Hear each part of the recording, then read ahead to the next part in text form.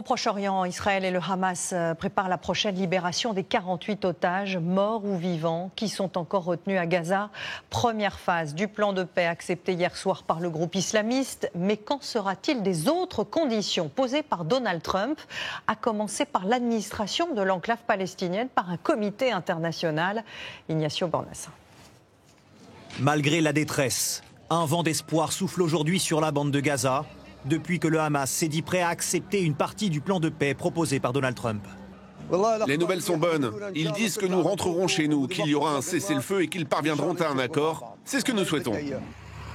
Le Hamas se dit favorable à l'échange des 48 otages morts et vivants retenus à Gaza contre la libération de 2000 prisonniers palestiniens. Un soulagement pour ces Israéliens rencontrés à Tel Aviv. J'espère vraiment que cet accord sera signé et mis en œuvre le plus tôt possible. Je pense qu'il est temps de mettre fin à cette guerre, de ramener nos otages chez eux.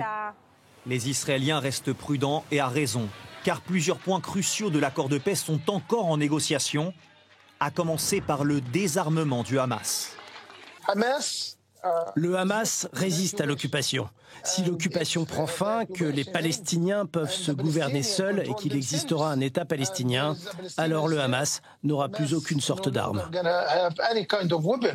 En clair, le Hamas exige le retrait total des forces israéliennes avant de rendre les armes. Autre point de négociation, la gouvernance de Gaza.